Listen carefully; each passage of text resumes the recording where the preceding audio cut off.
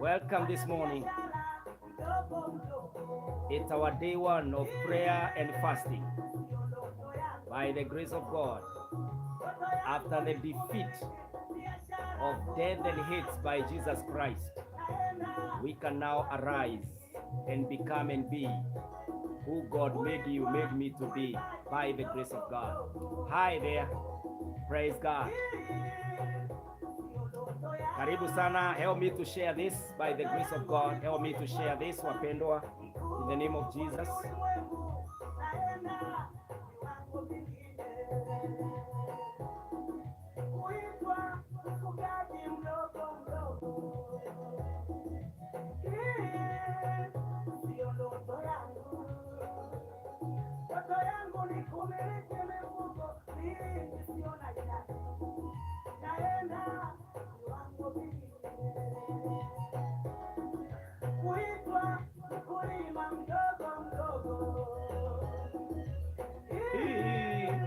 Sio ndoto yangu. Ndoto yangu ni kuwa mkulima mkubwa. Naenda viwango vingine. Kuitwa mchungaji kwenye kanisa dogo. Hii sio ndoto yangu. Ndoto yangu ni kumiliki kanisa la watu wengi. Naenda viwango vingine. Kuna mahali nimetoka, mahali ninakwenda. Hapa napita tu. Naenda viwango vya juu. Happy Easter. It's an Easter Monday.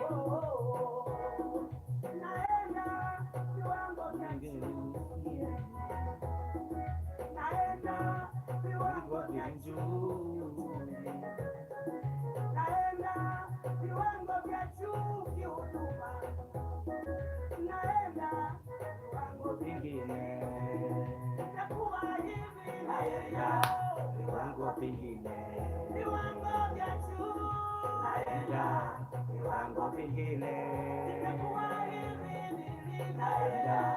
Viwango vingine.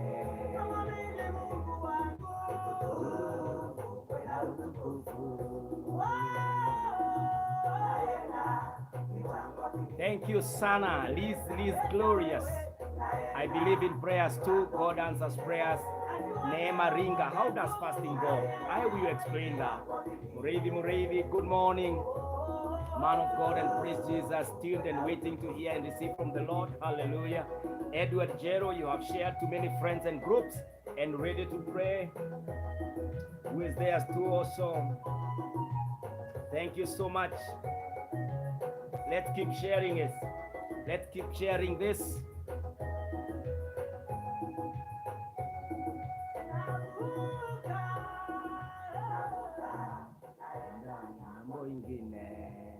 Father, in the name of Jesus, we bless you, we thank you. Thank you this morning. It's a new day, the first day of our 5 days on the mountain of prayer, calling and seeking after your name, O God. And Almighty God, you are exactly who you say you are. You have said we call and you shall answer and show us great and unsearchable things that we do not know. Here we are this morning, O God. In April, you overcame death and hate. Easter is a commemoration.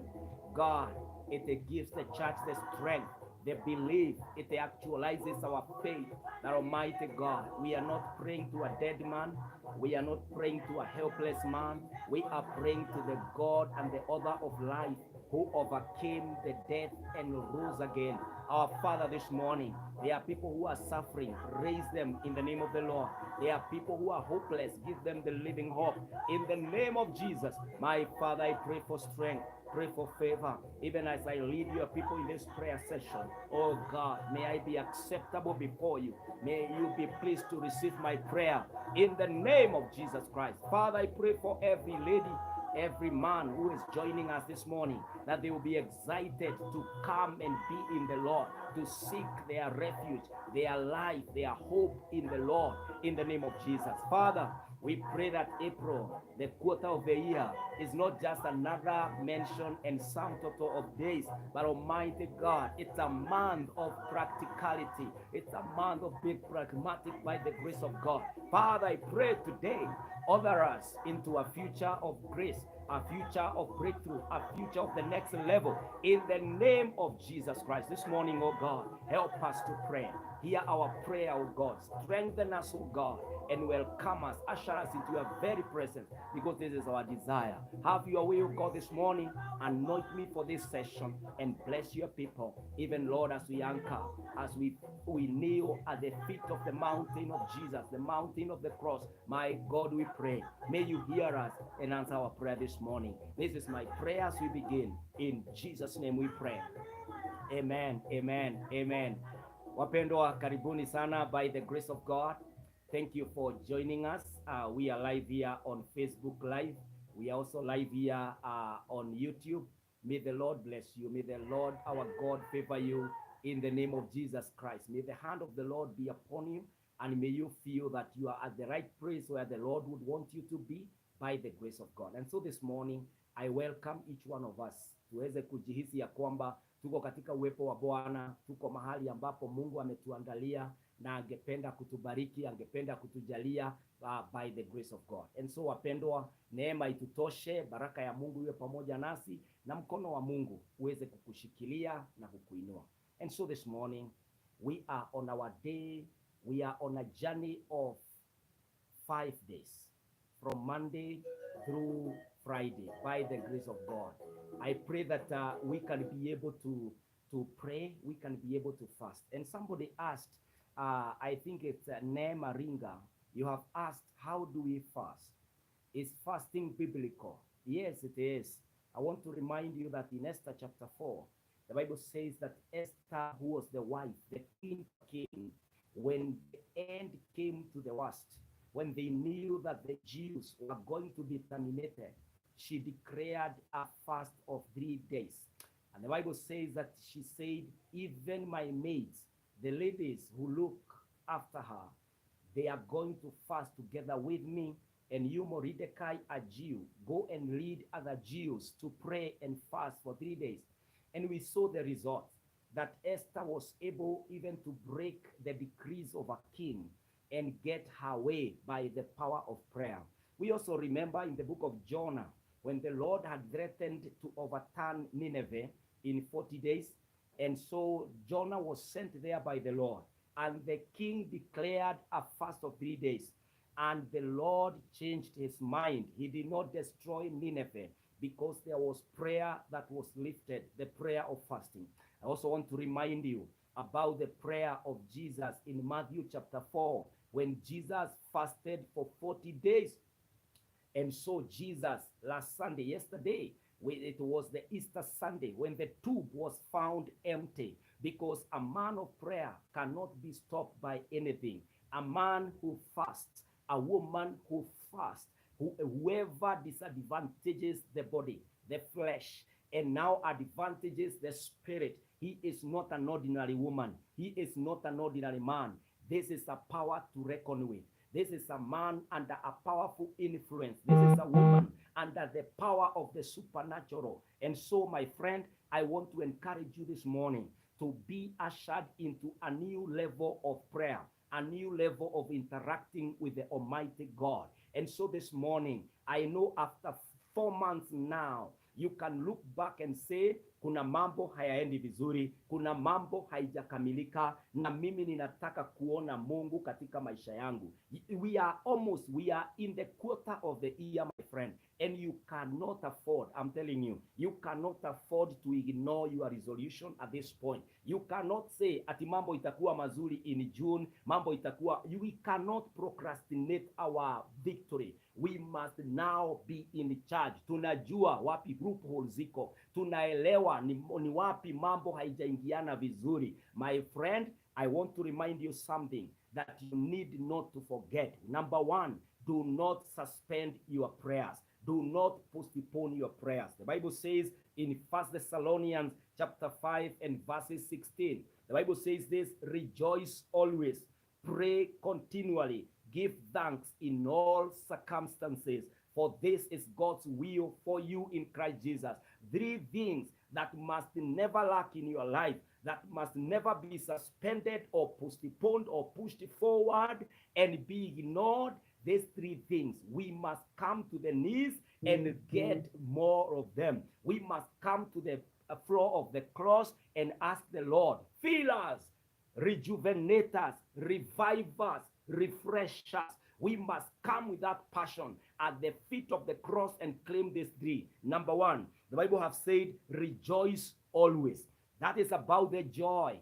Kama umeangalia kuanzia January, February, March, now we are in April 10th, by the way, my friend, na haujakuwa na furaha, we must come for the feeling. We must come for the refreshing. You must be concerned. Mahali unafanya kazi, there must be joy. Mahali familia yako iko, lazima kuwe na furaha. Katika maisha yako ya wokovu, lazima kuwe na furaha. Katika maisha yako ya mwili, lazima kuwe na furaha. If there is a deficit of joy, you should be in this prayer. Na kama your joy is here, you must also come for the protection of the joy. And so, my friend, in Philippians chapter 4, verse 4, Apostle Paul said, rejoice in the Lord always.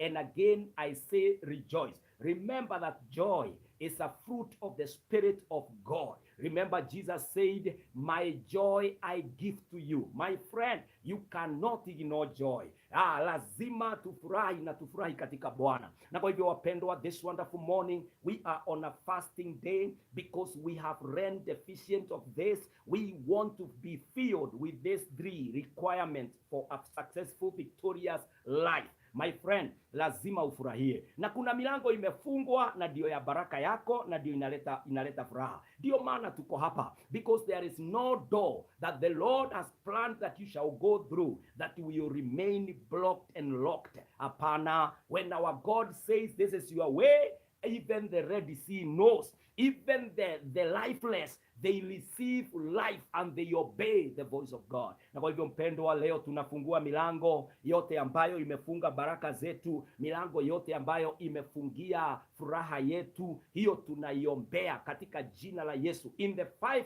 days, Mungu wetu atatufanyia upya miezi ingine ambayo tuko nayo, miezi kama 8 hivi ambayo iko mbele yetu. Tunataka kufungulia furaha ya Bwana in the name of the Lord. We are saying we are rising with Christ. Christ rose from the dead. And so everything that the Lord has given us must be alive. If anything is dead, we are raising it by the power of the empty tomb, by the power of the risen Jesus. In the name of Jesus, tunaenda kutangaza furaha yetu ambayo imepotea. Pengine wewe ni mzazi, watoto wamekuwa mambo ingine, school fees, rent, maisha yako, hata afya, hauna furaha ya Bwana. Today we are going to pray ya kwamba Mungu wetu atatusaidia kuomba na atatusaidia kuomba in the next 5 days by the grace of God. Number 2, the Bible have said, rejoice always. Remember, I'm trying to do a little bit of exposition, a slight exposition from the book of 1 Thessalonians chapter 5,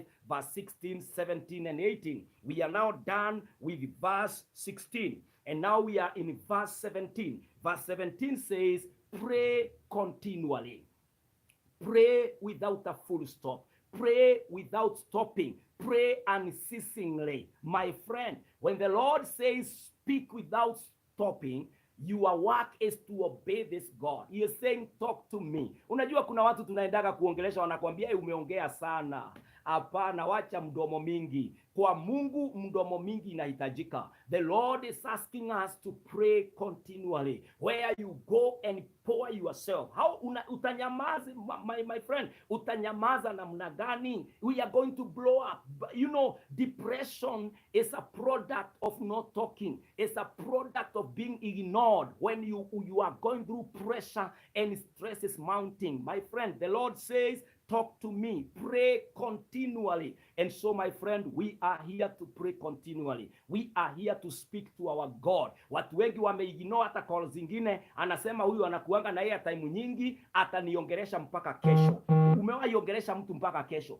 Hiyo ni madharau ya watu. But I want to introduce you to a place. I want to introduce you to a friend. I want to introduce you to the Almighty who does not ignore even the lowest of the lowest. Huyu anaitwa Mungu wa mbinguni. Ameiandika na akasema pray continually. My friend, nani alisema tuweke full stop ati baada ya kufast 40 days from January to 12 of February ati sasa tufungie hapo na tuachane na maneno? I am here talking to people who have experienced what has taken place from January. Wengine wetu we have been rejected, marafiki wetu hata walituacha, wengine watu wengine walitupora, watu wengine walitusema, tumepoteza kazi, wengine tumekuwa wagonjwa, doa ndizo hizo, alafu tunyamaze? Hapana. We have seen the result of being quiet, the result of being silent. And now this morning, we are raising the alarm. We are calling upon the name of Jesus. We are telling the Lord, you told us to pray continually. Ndio maana tuko hapa kwa mlima, na ndio maana tunataka kuzima mwili, tunataka kuzima maneno, na tunataka kuzima makelele, tunataka kuzima kengele zote za mwili. Tunataka our spirit now to be alert, to speak to our God, to call upon the name of Jehovah Almighty, ili Mungu ajidhihirishe na Mungu ajionyeshe katika maisha yako mpendwa. Kwa hivyo dada yangu, run to Jesus, talking, talk. You know, waliambia Bartimaeus, nyamaza, wacha kuongea. Naye akaongeza sauti akasema, Yesu mwana wa Daudi, nihurumie. Mpaka Yesu akasema, muite. I want to let somebody know that our God does not ignore any call from his children. The Bible says in the book of Jeremiah 33 verse 3, call unto me and I will answer you. I will show you great and unsearchable things that you do not know. My friend, the Lord is saying, call on me. That is a continuous present tense. Inasema, call on me, call unto me, call upon me. Niite, I will not ignore your call, my son. My friend, I want to pray this morning ya kwamba tutashika moto wa maombi ya asubuhi njema. Tunapoingia kwa mlima wa maombi ya siku 5, tutaomba, tutaita jina la Bwana na Mungu atajidhihirisha. I want to encourage somebody. You know, this morning I went to the church at around 6 a.m. through 7 a.m. and I was praying and calling upon the name of the Lord, and I could feel the breakthrough. Mpaka nikauliza, kwani how long have I taken to be on this journey? Yani nimetoka tu kwa mlima, sasa nimerudi tena, ninahisi the refreshment. It is a demonstration of the anointing, of the favor of God upon these 5 days. Na kwa hivyo mpendwa, I speak the anointing of God on you. I pray that when you start praying, the favor of God will rest upon you. Ya kwamba hata maneno Roho wa Bwana atayaweka kwa ulimi wako, kwa mawazo yako, utatamuka yaliyo mahitaji yako mbele za Bwana, na itamfurahisha Mungu kukujibu maombi ambayo unafanya.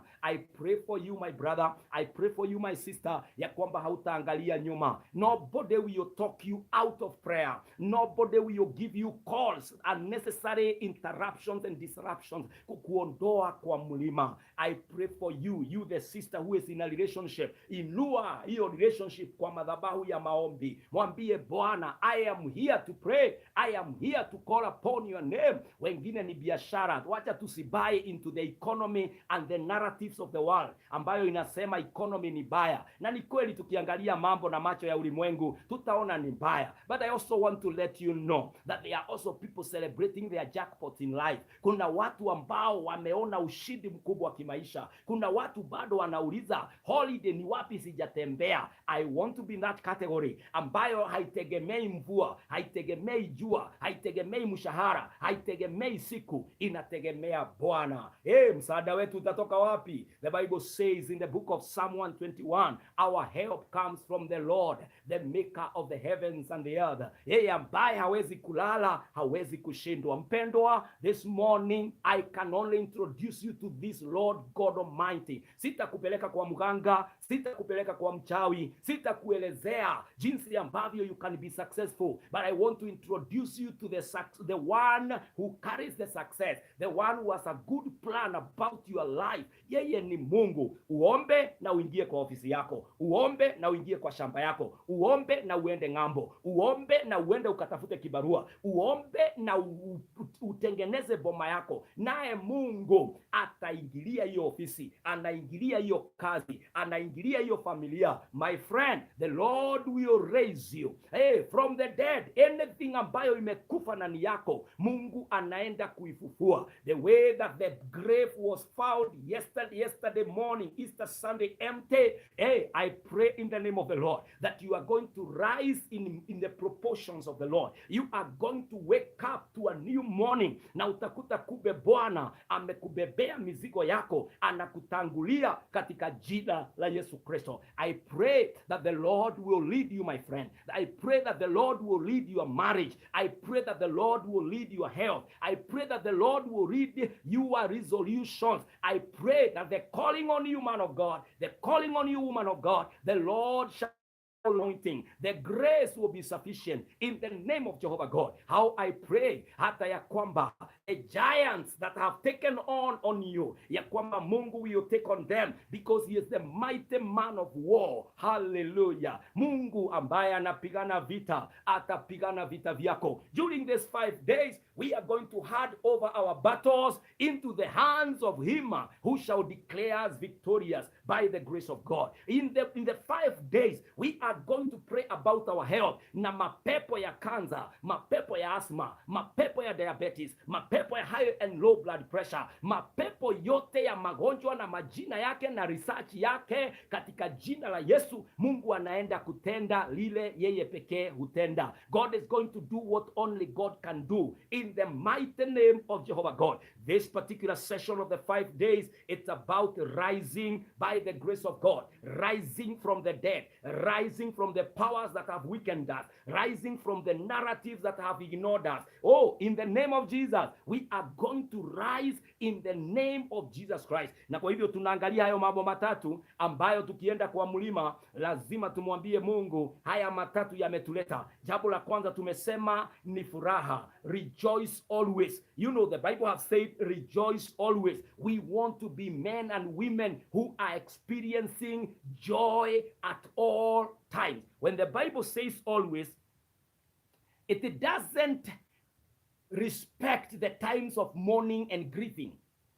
This one, it is not dependent on the circumstance. Rejoice always. Na ndio maana tukienda kwa Bwana, we are not going to respect our experiences. Tunaenda kumwambia Bwana, you have said always I should rejoice. My God, restore my joy, increase my joy, pack my joy, let my joy happen in the mighty name of Jehovah God. Secondly, the Lord have said pray always, pray continually. Na kwa hivyo hakuna session ya Mungu kwenda break time, hakuna session ya Mungu kuwa kwa holiday, hakuna session ya Mungu kuwa usiku ama nyakati ambayo majira sio ya maombi. Kila nyakati ni ya maombi. Heaven, the line is ever ready for anyone calling heaven. I pray in the name of the Lord, ya kwamba laini yako ya mbinguni will always be busy, because you are on the other side and you are connected with heaven. Na unaitana mbinguni.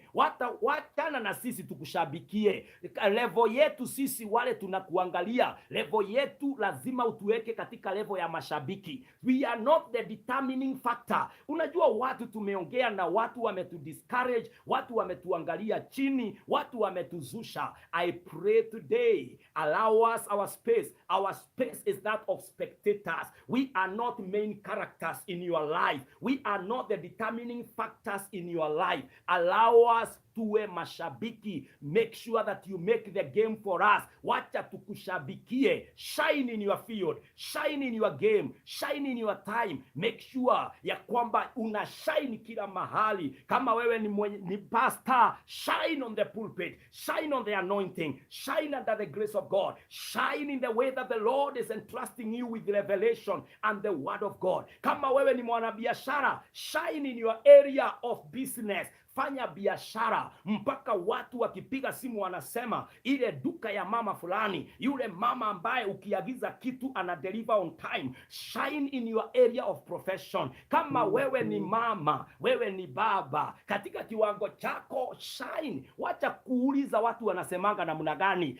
Sisi tutakuleta chini because you are not in our match. You are not in our lives. Hey, my friend, in the name of the Lord, pray to God. Speak to God. Make sure that God is your best friend. Your longest conversation should happen with God at the place of prayer. Hapo ndio unapeleka gossips. Wale watu wamekuumiza wapeleke pale. Zile ideas uko nazo zipeleke pale. Yale maono ulio nayo yapeleke pale. Ile imani uko nayo, talk about it at the place of prayer. Na ukitoka hiyo prayer center, ukitoka that private room, ukitoka hiyo overnight, I'm telling you my friend, hutawahi sikia maneno yako na mwingine. Hakuna mtu atakupigia kukuuliza maneno ile ulikuwa unanipatia last year ama 2015. Our God is not a gossiper. Our God cannot destroy you with the evidence, with the information that you have entrusted with him. Hapana, watu ndio wanakumalizanga na kile uliwaambia. Watu ndio wanatafuta mpaka kutereza kwa ulimi wako ili wakuangamize. But my friend, I want to introduce you today to our Father, to our God, ambao ukimwambia, Mungu wangu, mimi sijui nitaenda wapi, mimi nilifanya hiki kitu na sitaki mtu ajue. This God will keep and confide with you, kwa sababu ni Baba. Yeye ni Mungu wetu mwenye huruma na mwenye rehema. This morning, how I pray that all of us can be rallied behind this call to pray, behind this call to seek after the name of the Lord. Katika mwezi wa 4, mpendwa, tafuta uso wa Bwana. In these 5 days, kama Mungu alijibu maombi ya Esther, kama Mungu alijibu maombi ya mfalme ambaye hakujuana na Mungu wa Nineve, na kama Mungu alijibu maombi ya Yesu pale Gethsemane na akamfufua siku ya 3 jana, Easter Sunday, I pray in the name of the Lord that you can capture the spirit, you can capture the call, that you can run with this particular circumstance of time. Na umwambie Bwana, I am here to be sorted by you. I am here for a private, confidential, very serious conversation. Maisha yangu haiwezi kuendelea namna hii. Mwezi umefika wa 4 na bado sina kazi. Mwezi umefika wa 4 na bado na struggle na school fees. Mwezi umefika wa 4 na bado sijaolewa. Sioni kama doa yangu ita happen this year. My friend, you must go like Hannah. You must go there like Daniel. You must get there. Na umwambie Bwana, my God, my Father, I want to rise from where I am. Am I forgotten? Katika jina la Yesu Kristo. Unakumbuka maneno ambayo Mary Magdalene na Mary the mother of Jesus in the book of Matthew 28 verse 1 kuendelea, wakati walienda kwa kaburi kuangalia mwili wa Yesu ili waupake mafuta, na wakaambiwa na malaika, I know you are looking for the living amongst the dead. He is not here. I pray for you in the name of the Lord. Kuna mahali watu wamezoea kukupata. I pray that after this prayer, another message is coming from where we used to know you are. From the times that we used to know ya kwamba unapitianga hii hali, na tutaambiwa na messenger au mnamtafuta hapa, na kupe aliinuliwa, alipelekwa ngambo ingine, alibarikiwa. Receive it my sister, receive it my brother, ya kwamba Mungu atakuinua kiwango ulicho na atakuweka, atakuhifadhi katika kiwango kingine cha juu katika jina la Yesu Kristo. How does this happen, pastor? It is by praying continually. Kuomba bila kukoma, kuomba bila kusimama, kuomba bila kuachilia, kuomba. Wachana na watu. Before you call anybody, kwanza muite pale kwa maombi. Before you place a text message, kwanza iweke pale kwa maombi. Before you honor that appointment, kwanza pika pale magoti, umwambie Bwana, Baba, katika jina la Yesu, ndoto yangu sio ya hapa pekee. Ndoto yangu unaenda kuitimiza. Utaniinua, utanijalia, utanibarikia, na neema yako initoshe. This day, my friend, we are praying for these 3 things. Number 1, we are praying for this.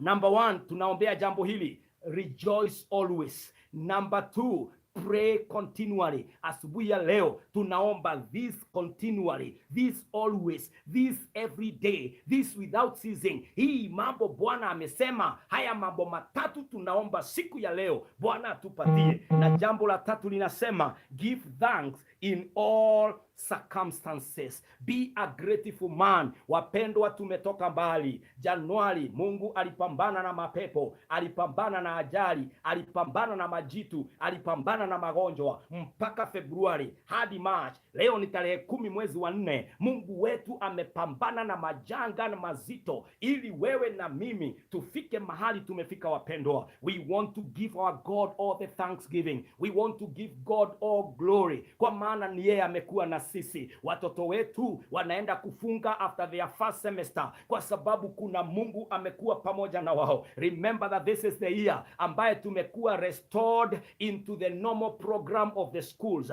baada ya COVID. Si tunaweza angalia nyuma tuseme Mungu aliyefanya tuvukwe, aliyefanya turukwe na janga la COVID, si huyu ni Mungu? Tunamshukuru, tunamuabudu, tunainua jina lake. Huyu Mungu amefanya ule na unywe, uvae na ukae kwa nyumba. Hata kama huna kazi ya kuonyesha, you are alive because the Lord have been faithful to supply our needs according to his riches in glory. Hallelujah. We owe it. We are indebted kumwambia Bwana ni asanti Yesu, ni asanti Mwokozi kwa yale umetutendea. My friend, unajua kuna vita nyingi hatujui.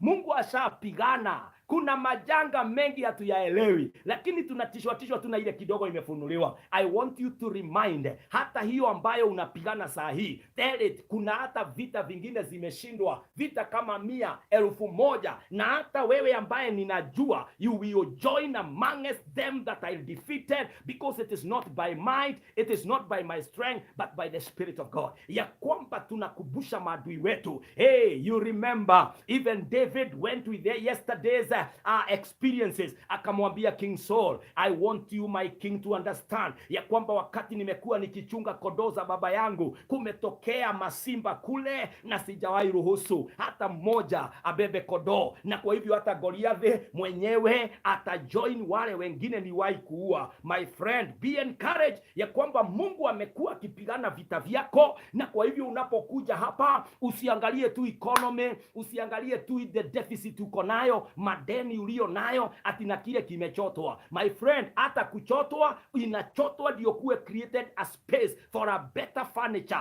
for a better job, for a better car, for a better house ambayo Mungu anakuja kufanya. I pray for you this morning ya kwamba ndoto yako haitazimwa na my experiences ambayo unapitia. I pray for you that your vision will not be disrupted and interrupted kwa sababu ya experience ndogo ambazo unapitia. My friend, I want to let you know that even the king of the jungle, the lion himself, his body is full of scars because of the battles he has fought to become and to be the king of the jungle. Ukienda uangalie simba, manyoya yake uyaralishe namna hii, utakuta a lot of scars that are evidences. Some are painful, they are flesh, na zingine zimepona. Lakini for the king to remain the king on that jungle, there are battles to be won. Na kwa hivyo my friend, zile vita unapitia sio kwa sababu una dhambi, sio kwa sababu ati haujatembea na Bwana. Hapana, you are just a general. You cannot be a victor. You cannot, huwezi kuwa jaba kabla hujapigana, kabla hujaonyesha your track record of fighting battles and winning them. I pray for you today ya kwamba katika mlima huu wa siku 5 utapata neema ya kushukuru Mungu. Katika hizi siku 5 leo tukianza ya kwanza, tunajiombea. Today's prayer item, there are 2. Number 1, we are coming to thank God for the far we have come in the year 2023. Number 2, we are praying for the strength to be able to fast today, tomorrow, Wednesday, Thursday and Friday for 5 days. Kwa hivyo leo tunaombea nguvu ya maombi ya kufunga siku 5, na pia tunashukuru Mungu ubali huu ambao ametuleta. Hallelujah, my friend. And the Bible finishes in that scripture by saying, for this is God's will for you in Christ Jesus. What is the will of God in Christ Jesus for my life? Number 1 is to rejoice always. Na kwa hivyo kama kwa doa hakuna furaha, ndio maana tunaenda kwa mlima. Furaha lazima itendeke katika jina la Yesu Kristo. Number 2, to pray continually. Kama kuna shida ya kuongea na Mungu, unakuta hakuna time ya kuomba, yani unakula tu na haufungi, yani una advantage the body more than the spirit, kuna shida. Ndio maana tuko hapa kusema we are activating ourselves into the will of God. What is the will of God? To rejoice always, to pray continually, and to be thankful in all circumstances. My friend, I know many of us, including myself, we are deficient of one or the other. Na kwa hivyo tunapopanda kwa mlima huu asubuhi ya leo, tunamwambia Mungu, twaja kukuambia ni asanti. Hata pengine hatujaomba, lakini umetutendea. We are here to thank you, Baba yangu. Na sasa tunakuja kuomba nguvu ya kuomba. Tunaomba nguvu ya kuomba. Anajua wengine wetu we are the medication. I pray hata kama utakula na ukunywe kwa sababu ya medication, make sure that your brains, your heart, your mind, your life is tuned into a moment, into a situation, into a circumstance of prayer. Make sure hata kama unakunywa hiyo dawa, unapiga magoti, unamwambia Bwana, I know I should be fasting with my brothers and sisters. It's only that I am excused by this condition, lakini I cannot excuse my prayer. Lazima niombe, lazima niungane na imani na roho zao, ili Bwana akatende katika jina la Yesu Kristo. Majitu ambayo yametuzoea yanaenda kuanguka. Milima ambayo imefanya njia zetu ziwe ndefu ati lazima tuzunguke, yanayeyuka. Hata bahari ambazo zinaweza kufanya impossibility about our dream and our visions, we are going to remind them about the God of the Red Sea, ambaye alifanya njia, anaenda kufanya njia. Chochote ambacho kimechelewa, my God is going kutia speed katika hali yake, na kitatutafuta. The location and the bearing, the Lord is controlling the compass. None of our blessing will miss you in the name of Jehovah God. Na waombea ya kwamba katika mlima huu wa siku 5 Bwana anaenda kushuka, anaenda kufanya miujiza ya maushuhuda katika jina la Yesu Kristo. I pray for you this morning, na kuombea mpendwa asubuhi ya leo, ya kwamba utashika moto wa maombi na utaomba. Utavuka mahali ulipo na utasema, hii sio ndoto yangu. Ndoto yangu ni zaidi ya hapa. What you can see today does not define who I am, my friend. Haujaona hata nusu ama third of who I am. There is much in my vision. There is much in my dream. I am more than the content. What you can see from my body and my influence for now cannot compare with the dreams I will have to do, with the vision that will be accomplished by the grace of God. Na kwa hivyo wapendwa, we are coming at the foot of the cross, na tunaomba Bwana akashuke na akajidhihirishe katika jina la Yesu. Siupokee neema ya kuomba, siupokee kibali cha kuomba, siupokee upako wa kuomba, siushikwe na changamoto ndani yako ya kuona ya kwamba unahitaji kuombea watoto, unahitaji kuombea kazi yako, unahitaji kuombea taifa, unahitaji kuombea kanisa, katika jina la Yesu Kristo. How I pray that there will be a brother there hearing this call. There is a daughter there. There is a sister there who is going to respond to this call ya kuomba na kumwangalia Bwana aliyesema ombeni bila kukoma na mshukuru Mungu katika hali zote, kwa maana haya ndio mapenzi ya Mungu katika Yesu Kristo. Ninaomba asubuhi ya leo ya kwamba zote tutajumuika kwa maombi. We have complained so much to people. We have tried to talk people back to us. Kuna watu wametuacha, tunapiga simu waturudie because we think they went with our lives. I want to let you know that your life is intact in the hands of God, and no one can snatch you from the grasp of Jesus. Na kwa hivyo mpendwa, wacha kushikilia watu kama watu ndio wanaamua kesho yako itafika wapi, geto yako itatimika lini. Wao wanatumika tu na Bwana. Enda kwa Bwana, atawaamulisha moja kwa moja, atawafanya hata wakiwa ng'ambo. They will look for your name, they will search for your number, because your blessing cannot be confused by any power or authority under the sun. Kuna Mungu ambaye anaongoza maisha ya wanadamu. Na kuombea asubuhi ya leo, ushike moto wa kuomba, upeleke jamii yako kwa Bwana, upeleke afya yako kwa Bwana, upeleke ndoto zako kwa Bwana, upeleke kila kitu ambacho wewe unafikiria, tukipeleke kwa Bwana. We shall see the God of Jeremiah 33 verse 3, call unto me and I will answer you, I will show you greater and unsearchable things that you have no clue about. The greater achievement, the greater things that the Lord will do. Wapendwa, inatokana na magoti. Inatokana na magoti. I am repeating again. Whatever you pray, the Lord will do. What you don't pray doesn't happen. Not because God is unable to do, but because God operates in principles. God does not conflict his word. God does not undo himself. Na kwa hivyo mpendwa, itana Mungu atakujibu. Itana Bwana anaenda kutenda katika jina la Yesu Kristo. I pray for you this morning. I pray for you this morning ya kwamba utaomba. Ndoto yako itavuka mahali tumefika katika jina la Yesu Kristo. Hallelujah. Sio ndoto yangu. Mahali tulipo sio mwisho wetu Bwana. I want to pray with us now. I want to pray with us.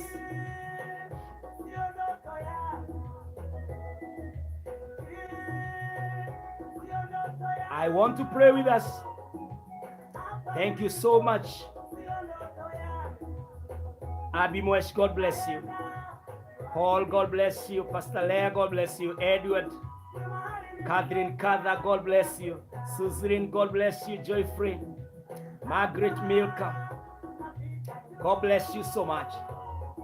May the Lord hear our prayer. Ndoto yangu haijafika hapa.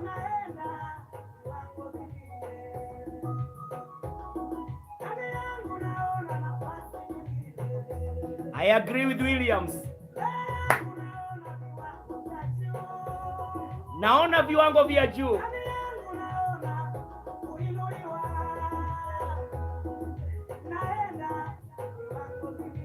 Tunaenda viwango vya juu. Vingine. Viwango vingine.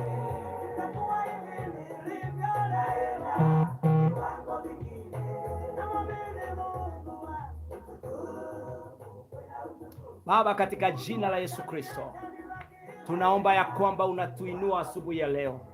Naombea wapendwa ya kwamba wataweza kufunga na kuomba. Naombea wapendwa wote ambao wanapitia hali ngumu. Wengine Bwana wanakunywa madawa, hawezi kufunga. Naomba wanapoamua kuomba watahesabika pamoja nasi katika jina la Yesu Kristo, na maombi yao haitapotea. Naomba Bwana katika mlima huu, mambo yote tutakayoyafunga yafungwe mbinguni.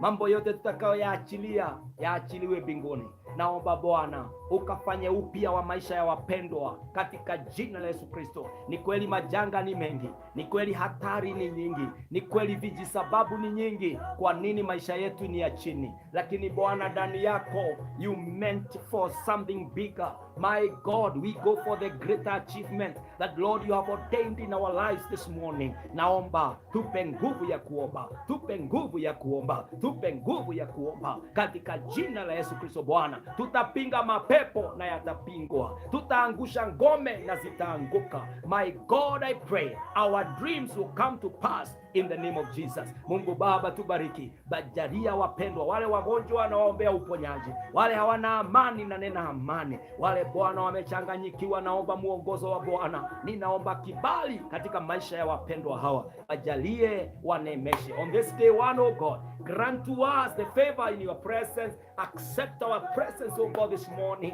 Father, ordain us on your mountain. We have booked your presence this 5 days. Be found of us, Almighty. Mungu wangu, wapendwa wakiombea nyumbani, wakiombea barabarani, wakiombea ng'ambo, wakiombea kwa biashara, kwa maofisi, wakiombea kwa miji, wakiombea katika hali zote, I pray in the name of the Lord that in all circumstances you will receive our thanksgiving. As we pray, my God, you shall give us the joy to rejoice in the name of the Lord. Mungu wangu, tusikie, ni sisi tuko kwa mlima siku 5, tusikie Bwana. Tunaomba ufufuo, tunaomba kufufuka, tunaomba the rising again of our blessings in the name of Jehovah God. Mungu wetu, tunemeshe, tujalie, tujaze na roho wako Bwana, tupe kibali katika uwepo wako na neema yako itutoshe. Wapendwa wanapofunga na kuomba, I pray for them, oh God, hear them, and receive them in your very presence. Lord, we love you.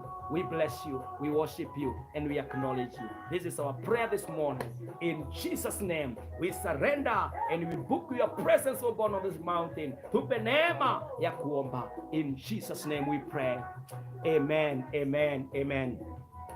Wapendwa, Mungu akawabariki na neema nayo ikawatoshe. We are going to be here every morning 9 a.m. to 10 a.m. by the grace of God. Leo tumechelewa kidogo, but tomorrow by the grace of God we'll keep time. Na ninawaombea ya kwamba tutaomba. Today's item is Thanksgiving this far, and also praying for the strength and the favor to pray, the revelation to pray, and the passion to be on the mountain by the grace of God. And tomorrow we shall be praying about our health by the grace of God. Kesho tutakemea magonjwa, tutakemea ajali, tutakemea kifo, tutakemea hali yote ambayo it weakens our lives, it weakens our grace, it weakens whatever the Lord is doing in our lives, in the name of the Lord. Kesho tutaombea afya zetu katika jina la Yesu Kristo. And so my friend, we are fasting 24 hours all the way to Friday by the grace of God. Na ile kufunga tunafunga ni ile fasting ambayo tunasema we can do the fast 3 days like Esther, ile ambayo ni ya kunywa chai na maji for 3 days. Then from Thursday and Friday, you can introduce yourself to vegetable or to a fruit. But if you can be able to do the 5 days doing the dry fast, ambayo si dry ya maji, lakini ni dry ya chakula, by the grace of God, Mungu atatusikia, atatutendea. So the kind of fasting we are doing is the Esther's fast for the first 3 days, and then we enter into the partial fasting zile siku mbili, na Mungu atatujalia, atatuinua katika jina la Yesu Kristo. Pia unaweza kutuma maombi yako katika inbox, utaniandikia pale, na pia unaweza kutuma katika my WhatsApp, kwa sababu namba yangu iko kwa Facebook page Pastor Kinyanjui Joseph, na tutaendelea kuomba pamoja by the grace of God. Mungu akuinue, Mungu akuneemeshe hadi kesho, na waombea baraka na neema katika jina la Yesu Kristo. God bless you, and may the Lord take you to the next level by the grace of God. Hallelujah. Shalom. God bless you.